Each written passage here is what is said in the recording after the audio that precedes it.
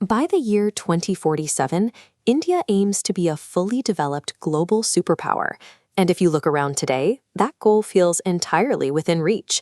The economy is surging, infrastructure is expanding, and cities are modernizing at a breakneck pace.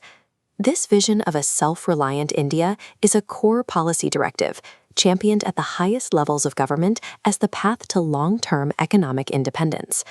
But beneath this momentum lies a massive vulnerability. India imports a staggering 88% of its crude oil. Half of that, and 85% of its liquid petroleum gas, travels through a single, narrow maritime choke point, the Strait of Hormuz. This is one of the most volatile regions on the planet.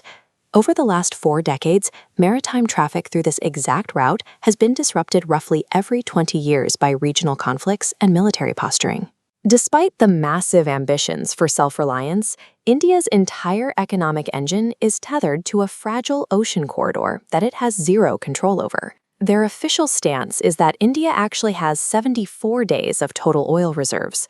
The problem is that 74-day figure is misleading. It lumps together 2 entirely different buckets of oil, a 65-day supply of commercial stock and the actual 9.5 days of strategic reserves.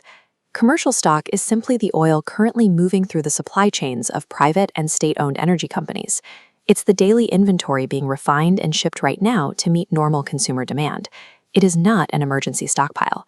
True strategic reserves are isolated, government-controlled emergency funds locked away in dedicated underground facilities.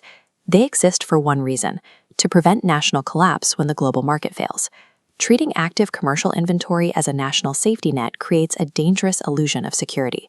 When a real shock hits, that inventory vanishes quickly, forcing the government to make drastic, damaging interventions. Without a deep emergency reserve, the government relies on a legal lever called the Essential Commodities Act to manage sudden shortages. We saw this happen recently.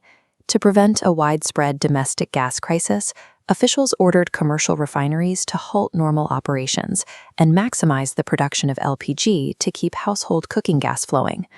Beyond its use as fuel, crude oil acts as the primary feedstock for modern industry, fracturing into critical byproducts like naphtha, polymers, and bitumen. When the government diverts those components to save the LPG supply, the production of plastics, fertilizers, and industrial chemicals instantly crashes. This creates an immediate ripple effect through the manufacturing chain. On a larger scale, the sudden shortage of bitumen stalls out national infrastructure.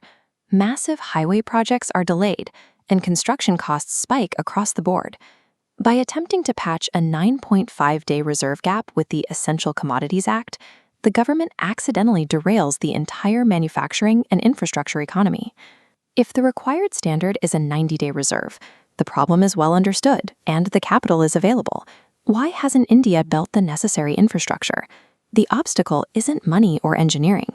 The true antagonist of India's energy security is chronic bureaucratic red tape and agonizingly slow execution. The first Strategic Petroleum Reserve Program was approved in 2004. Mired in paperwork, it took roughly 16 years to build a tiny 14-day capacity. Phase 2 was approved in 2021 with billions allocated, yet remains paralyzed by land disputes and dormant budgets. India has the financial resources, a clear understanding of the geopolitical threat, and the technical capability to build these reserves. It is simply stuck in endless administrative loops. A nation cannot secure its future purely through economic ambition or accounting tricks. Until India cuts through its own bureaucracy and executes on basic resilience, its race toward superpower status is running on borrowed time.